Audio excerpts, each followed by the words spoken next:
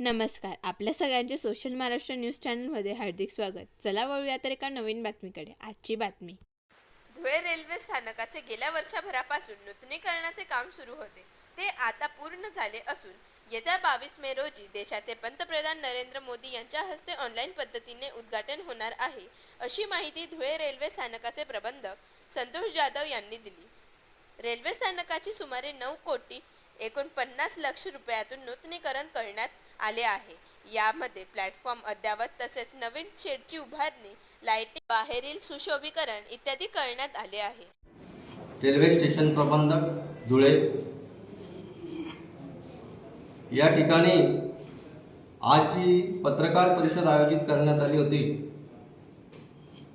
तर तिचं मुख्य कारण असं एक आनंदाची गोष्ट धुळेकरांसाठी मी सांगू इच्छितो की गेल्या वर्षभरापासून धुळे रेल्वे स्टेशनचं नूतनीकरणाचं काम जे सुरू होतं ते काम पूर्ण झालेलं आहे व त्या कामाचं लोकार्पण आपल्या देशाचे पंतप्रधान सन्माननीय श्री नरेंद्र मोदी साहेब यांच्या हस्ते ऑनलाईन पद्धतीने होणार आहे व त्यानिमित्त कार्यक्रम धुळे स्टेशनला सुद्धा 22 तारखेला आयोजित केलेला आहे. 22 मे रोजी हे जे नूतनीकरणाचं काम झालं तर धुळे स्टेशनसाठी अमृत भारत स्टेशन योजनेअंतर्गत 9 कोटी 49 लाख रुपये हे रेल्वे प्रशासनातर्फे भारत सरकारतर्फे आपल्याला मिळाले होते. त्यामध्ये धुळे स्टेशनचे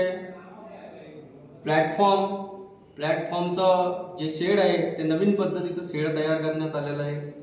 याशिवाय फ्लोरिंग, टाईल्स, बाहेरील सर्क्युलेटिंग एरियाचे जे काम आहे ते सुद्धा यामध्ये करण्यात आलेलं आहे. याशिवाय सर्व प्रकारचे आमचे जे ऑफिसेस आहेत त्या ऑफिसेसचं नूतनीकरण, नवीन फर्निचर, नवीन लाईट्स, नवीन सिलिंग या गोष्टी करण्यात आलेल्या आहेत. याशिवाय एक सुंदर असा बगीचा गार्डन आपल्या धुळे स्टेशनच्या सर्क्युलेटिंग एरियामध्ये करण्यात आलेलं आहे आणि सुंदर ब्युटिफुल असे लाईट्स या ठिकाणी बाहेरच्या बाजूला सर्क्युलेटिंग एरियामध्ये लावण्यात आलेले. असं हे एक विलोभनीय दृश्य धुळे स्टेशनला प्रवाशांना पाहायला मिळणार आहे. तर त्या निमित्त मी सर्वांना धुळे स्टेशनच्या वतीने, रेल्वे प्रशासनाच्या वतीने स्टेशनला त्यांनी भेट द्यावी व स्टेशनच्या बाबतीत रेल्वे प्रशासन आपल्यासाठी अजून काय करू इच्छिते किंवा जी बातमी आवडल्यास चॅनलला लाईक व सबस्क्राईब करा व दररोज अशा नवनवीन बातम्या पाहण्यासाठी चॅनलला फॉलो करा. धन्यवाद.